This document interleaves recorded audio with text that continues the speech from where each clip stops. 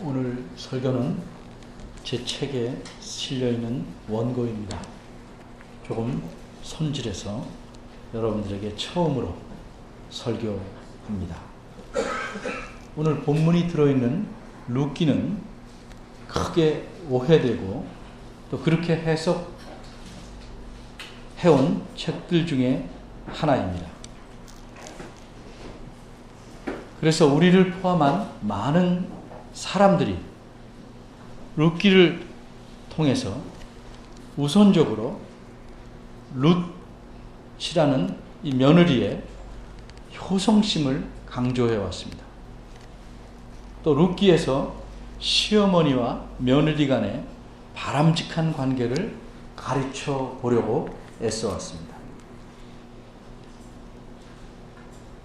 그런 이유로 어버이 주일이 되면 을에 룻기가 설교 본문으로 등장하던 때가 있었습니다. 이렇게 룻은 모든 며느리의 귀감으로 나타나고 반면에 룻의 동서인 오르바는 몹쓸 여자로 낙인 찍혀왔습니다. 그러나 이런 방식으로 룻기를 가르치고 설교하는 것이 정당할까? 그렇지 않습니다. 그렇게 하는 것은 하나님 말씀인 룻기를 효녀 심청전과 같은 수준으로 끌어내리는 것이기 때문입니다. 좀 더 분명하게 말하자면 하나님의 말씀을 인간의 말로 바꾼 것입니다. 성경은 하나님의 말씀입니다. 적어도 우리는 그렇게 믿습니다. 그러나 우리가 하나님 말씀인 성경을 대할 때 그렇게 안 믿는 사람과 별로 다르지 않게 윤리책이나 도덕 교과서처럼 대하고 있습니다. 이것은 분명한 모순입니다. 예를 들면 아브라함의 신앙이 훌륭했으니 요셉이 사랑이 많았으니 룻이 훌륭한 며느리였으니 우리도 그들을 본받아야겠다는 식으로 성경을 이해하려고 하고 해석하고 그렇게 배우고 가르칩니다. 그럼 부처나 공자를 본받자는 것과 근본적으로 무엇이 다르겠습니까? 성경을 하나님 말씀이라고 하는데 어떤 의미에서 그렇게 말씀하는 것일까?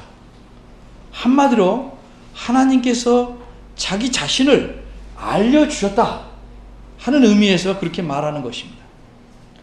하나님께서는 말씀을 통해 또는 사건을 통해 또는 어떤 행동을 통해 때로는 어떤 특정 인물을 통해서 하나님 자신이 어떤 분이시며 어떻게 일하시는지를 또 어떻게 자기 백성들의 구원을 이루어 가시는지를 직접 간접으로 알리셨고 이런 사실들을 기록해 놓은 것이 성경입니다.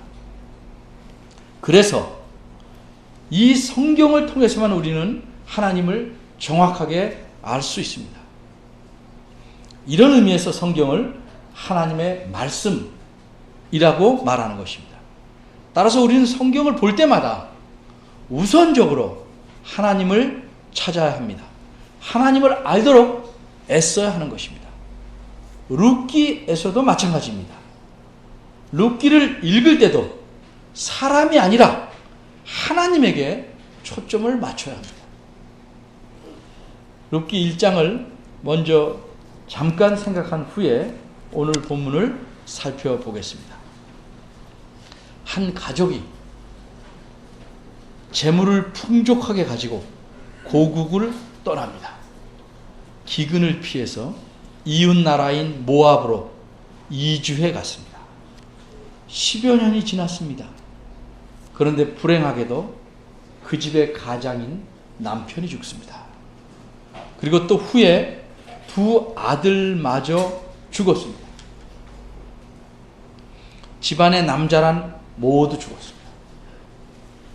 그런데 하나님께서 이렇게 큰 슬픔과 아픔을 당한 여인 나오미를 다시 고향 땅으로 돌아오도록 하십니다. 이루 말 못할 쓰라림으로 주름이 지고 지울 수 없는 슬픔으로 가슴이 멍들어버린 나오미를 하나님께서는 그냥 내버려 두시지 않았습니다. 하나님은 이 여인을 권고해서 하나님께서 자기 백성에게 기업으로 주신 그 땅으로 되돌아오도록 섭리하셨던 것입니다.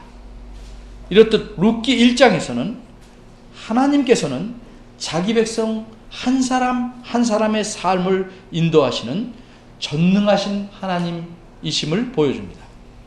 하나님은 자기 백성 전체의 삶을 주관하시며 나라와 민족과 세상을 다스리시지만 동시에 하나님은 자기 백성 한 사람 한 사람 한 가족의 삶을 친히 인도하시는 자상한 하나님이십니다.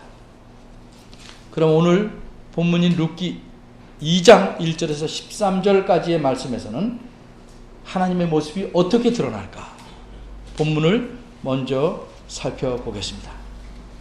나오미가 하나님의 인도하심으로 고향 땅 베들레헴으로 돌아올 때 데려온 여인이 또 있었습니다. 그 여자의 이름은 룻입니다. 룻은 나오미의 며느리입니다. 한 가족이 나갔다가 남자는 모두 죽고 시어머니와 며느리 이 두 사람만 과부가 되어서 유다 나라로 돌아왔습니다. 빈손으로 고향에 돌아온 나오미는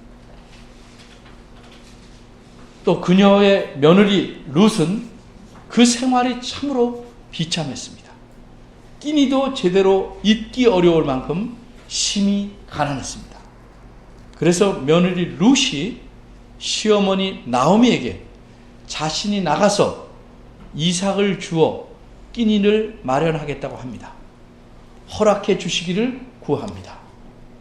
유다 나라의 법에 따르면 추수 때 추수하는 사람들은 밭의 구석구석까지 샅샅이 추수해서는 안 됩니다. 그리고 추수해 나가다가 빠뜨린 곡식단이나 떨어지는 이삭들을 주어서도 안 됩니다. 이런 법을 정해놓은 것은 가난한 이들을 위한 배려입니다. 가난한 사람들도 함께 살 수 있도록 하는 최소한의 배려였습니다. 그 남겨진 이삭들을 가난한 자들이 주어서 끼니를 때울 수 있도록 하기 위한 배려였습니다. 시어머니의 허락을 받은 며느리 룻은 추수하는 사람들의 뒤를 따라가면서 이삭을 줍게 되었습니다. 이곳 저곳에서 이밭 저밭에서 이삭을 줍다가 마침내 룻은 보아스라는 사람의 밭에서 이삭을 줍게 됩니다. 보아스는 누군가? 2장 1절에 이렇게 소개됩니다.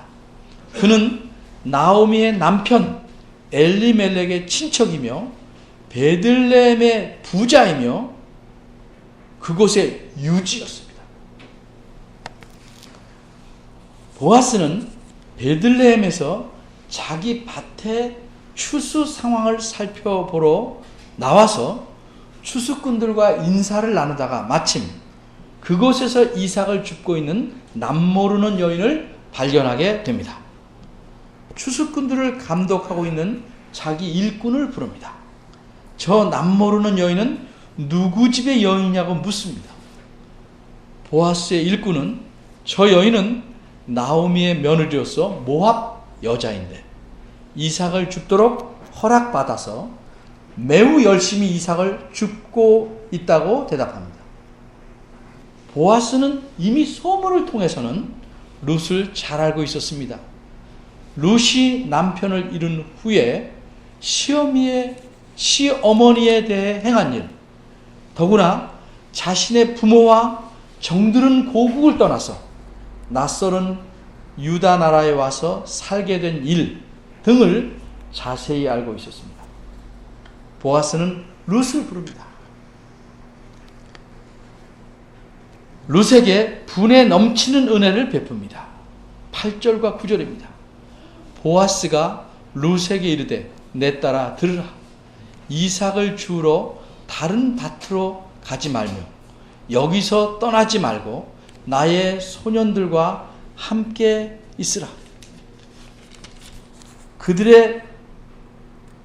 나의 소녀들과 함께 있으라.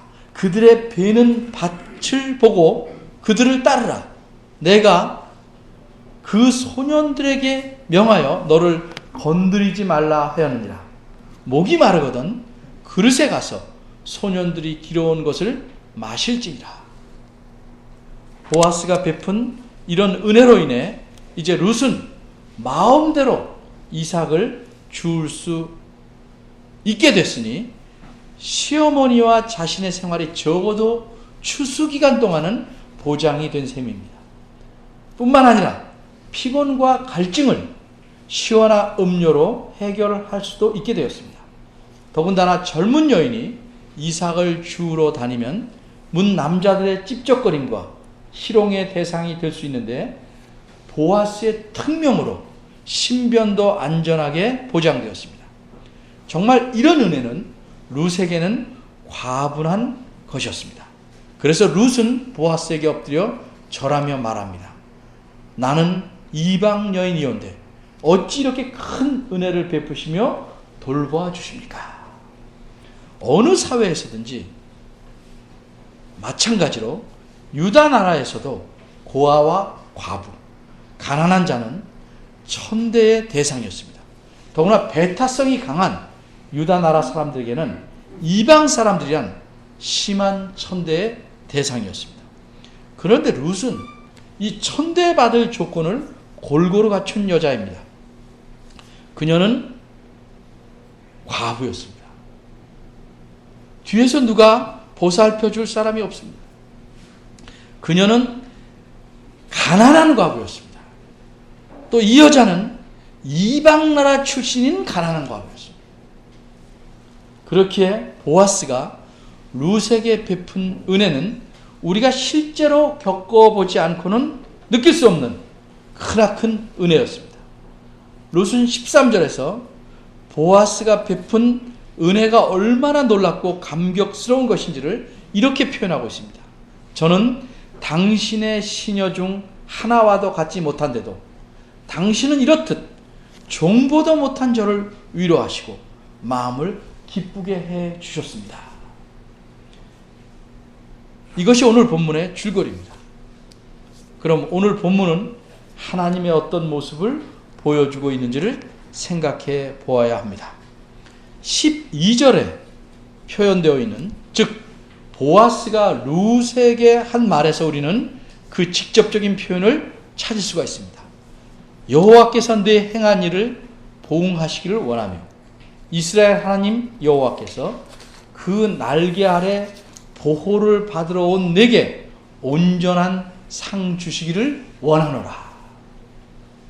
그러므로 이 본문이 보여주는 것은 한마디로 자기에게 보호를 받으러 온 자를 따뜻이 받아주시고 감싸주시는 하나님의 모습이라고 말할 수 있습니다. 룻은 단지 시어머니를 봉양하려고 시어머니 한 사람을 따라 이 외국 나라인 유다에까지 온 것은 아닙니다. 룻은 시어머니를 통해 하나님을 알았습니다. 따라서 시어머니가 섬기는 여호와 하나님을 자기 하나님으로 삼고 섬기려고 시어머니를 따라온 것입니다. 뿐만 아니라 시어머니를 그토록 잘 섬기고 봉양하는데 이것은 그렇게 하는 것이 여호와 하나님을 섬기는 사람이 마땅히 즐거움으로 해야 할 일로 여겼기 때문입니다. 그 앞장인 룻기 1장 16절에서 18절을 보겠습니다. 룻이 가로되 나로 하여금 어머니를 떠나며 어머니를 따르지 말고 돌아가라고 강하게 권면하지 마옵소서. 어머니께서 가시는 곳에 나도 가고 어머니께서 유숙하시는 곳에서 나도 유숙하겠나이다. 어머니의 백성이 나의 백성이 되고 어머니의 하나님이 나의 하나님이 되시리니 어머니께서 죽으시는 곳에서 나도 죽고 거기 장사될 것이라. 만일 내가 죽는 일 외에 어머니와 떠나면 여호와께서 내게 벌을 내리시고 더 내리시기를 원하나이다. 나오미가 룻에 자기와 함께 가기로 굳게 결심함을 보고 그에게 말하기를 그치니라. 룻은 시어머니에게 이렇게 말한 것입니다. 저에게 돌아가라고 강하게 말하지 권고하지 마옵소서. 어머니 가시는 곳에 저도 가고 어머니 유숙하는 곳에서 저도 유숙하겠나이다. 왜냐하면 이게 직역입니다. 우리말 성경에서는 되고 되시고라고 표현이 되어 있으나 직역하면 왜냐하면 어머니의 백성이 곧 저의 백성이며 현재입니다. 어머니의 하나님이 곧 저의 하나님이시기 때문입니다. 앞으로 될 것이 아니고 현재 그분이 하나님이시기 때문입니다. 이렇게 말했습니다. 그러기에 저는 어머님을 따라 어머님이 섬기는 하나님을 죽도록 섬기겠나이다. 이게 요지입니다. 따라서 1장 18절을 보면 나오미는 룻이 단지 시어머니만을 위해 한평생을 희생하려는 것이 아니고 여호와 하나님에게 자기의 삶을 맡기기로 결심한 것으로 이해했습니다. 그래서 나오미는 룻에게 더 이상 돌아가라는 말을 하지 않게 된 것입니다. 보아스 역시 룻이 시어머니를 따라 유다 나라에 온 일을 그저 하나의 혈연적인 관계에서 일어난 일, 즉 시어머니를 섬기러 며느리가 헌신적으로 따라온 일이라고 간주하지 않았습니다. 보아스는 룻이 자기 시어머니를 따라온 일을 이렇게 표현하고 있습니다. 룻기 2장 11절입니다. 내 부모와 고국을 떠나 전에 알지 못하던 백성에게로 왔다. 하나님 여호와의 날개 아래로 보호를 받으러 왔다. 12절입니다. 이렇게 말하고 있습니다. 결국 보아스의 말은 풀어서 말하면 이럽니다. 룻은 자신의 부모와 고국을 떠났습니다. 룻은 자신이 섬기는 그 고국의 신들을 이방 신들을 다 버렸습니다. 그리고 이전에 알지 못하던 이스라엘 백성에게 와서 그들의 하나님 여호와를 섬기며 하나님에게 자신의 삶을 다 맡겼으니 이렇게 행한 룻에게 하나님께서 풍족한 은혜를 베푸시기를 원합니다. 이렇게 말합니다. 과연 하나님이 그렇게 하실까요? 그러나 룻기 1장 22절을 보면 이미 여호와 하나님께서는 룻에게 풍족한 은혜를 베풀기 시작하셨습니다. 하나님은 나오미와 룻이 추수를 시작하는 시기에 베들레헴에 돌아오게 하셨습니다. 이때가 아니면 가난한 자는 끼니를 잊기조차 힘든데 마침 추수하는 시기에 돌아오게 하셔서 이삭이라도 주어서 연명케 하신 것입니다. 뿐만 아니라 마침 보아스의 밭에서 이삭을 주울 때 보아스를 만나게 하시고 그의 마음을 움직여서 큰 은혜를 입게 하셨습니다. 룻이 시아버지의 친척인 보아스를 이때 만난 것이 얼마나 놀라운 축복이고 은혜인지는 룻기 3장과 4장에서 더욱 잘 드러납니다. 룻은 보아스가 베푸는 은혜를 통해 그 배후에서 역사하시고 섭리하시는 하나님의 사랑, 그 하나님의 따뜻하심을 가득 체험케 되는 것입니다. 그 하나님은 자신에게 보호를 받으러 온 자를 결코 버리시지 않고 마음에 넘치는 기쁨과 위로로 채워주신다는 사실을 보아스를 통해 가슴이 저리도록 크게 맛보게 되었습니다. 룻이 시어머니를 따라 낯선 유다 나라에 온 것은 호강하거나 이 세상의 복을 누리러 온 것이 아니었습니다. 룻은 시어머니가 섬기는 그 전능하신 하나님의 날개 아래 보호받으며 자신의 삶을 그분에게 전부 의탁하고 하나님을 섬기려고 온 것입니다. 하나님은 이렇게 자신에게 나온 자를 거절하시지 않습니다. 자격을 논하시지도 않습니다. 룻은 가난합니다. 과부입니다. 더구나 이방의 여자입니다. 룻은 사람들이 제 마음대로 천대할 만한 조건을 다 갖춘 여인입니다. 그러나 하나님은 보아스의 행동과 말을 통해서 룻을 따뜻하고 기쁘게 받아주셨습니다. 룻을 감싸주셨습니다. 룻의 마음에 위로와 기쁨이 가득 차게 하셨습니다. 오늘날도 하나님께서는 그렇게 일하십니다. 하나님께서는 자신이 이스라엘 백성을 애굽에서 인도해서 광야를 안전하게 지나도록 하시고 이 일에 대해서 독수리에 비유하여 이렇게 표현하셨습니다. 내가 애굽 사람에게 어떻게 행하였음과 내가 어떻게 독수리 날개로 너희를 업어 내게로 인도하였음을 너희가 보았느니라. 또 다윗은 하나님에 대해서 이렇게 찬양합니다. 나를 눈동자같이 지키시고 주의 날개 그늘 아래 감추옵소서. 직역하면 당신의 날개 그늘 아래 감추옵소서. 하나님이여 당신의 인자하심이 어찌 그리 보배로우신지요. 인생이 당신의 날개 그늘 아래 피하나이다. 새가 자기 새끼들을 모아서 안전하게 보호하는 모습에 하나님을 비유한 것입니다. 이렇듯 하나님의 날개는 강합니다. 하나님의 날개는 커다랗습니다. 하나님의 날개는 따뜻하고 안전합니다. 그러기에 하나님께서는 당신에게 나오는 자를, 당신에게 자신의 삶을 모두 맡기고 나오는 자를 따뜻하게 맞아주시고 안전하게 보호해 주십니다. 누구도 좋습니다.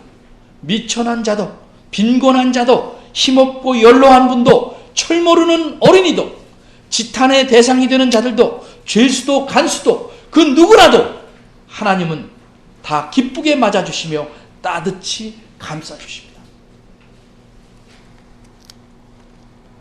그러나 하나님께서는 오늘날에도 이처럼 자기에게 나와서 삶을 의탁하는 자들을 받아주시되 대부분의 경우 당신의 백성들, 즉 우리들을 통해서 그렇게 받아주십니다.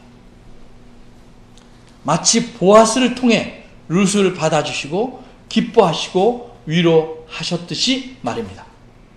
혹시 나 때문에 따뜻하시고 자상하신 하나님이 냉정하고 가혹한 하나님으로 왜곡되어 비춰지지는 않습니까?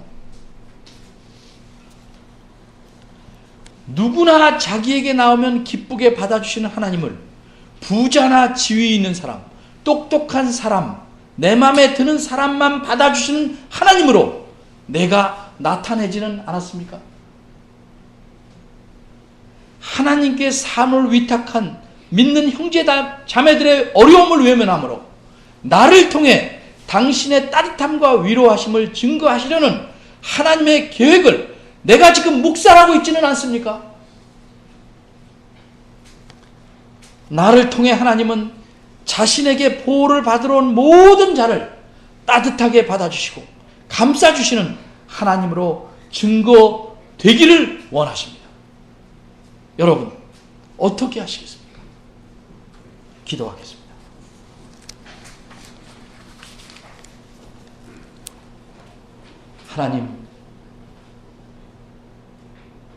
하나님께서는 하나님 말씀인 성경을 통해서 자신의 모습을 보여주셨습니다.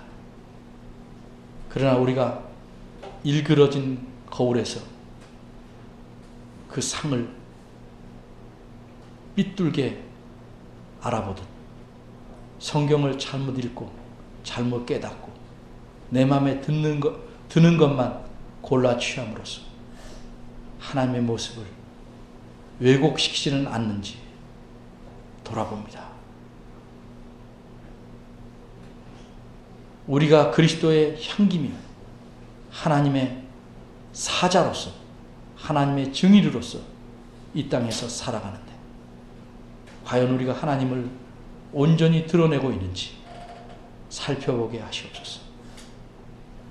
먼저 우리가 하나님을 바로 알고 하나님의 모습을 닮아가며 하나님 말씀을 올바로 깨닫지 않으면 우리를 통해 보이는 하나님의 모습은 비뚤어지고 왜곡되고 가까이 접근하기 힘든 모습으로 바뀔 수 있사오니 주여 저희들을 긍휼히 여겨주시고 저희가 먼저 하나님을 바로 알게 하시며 그 하나님 앞에서 살 수 있도록 도와주시옵소서.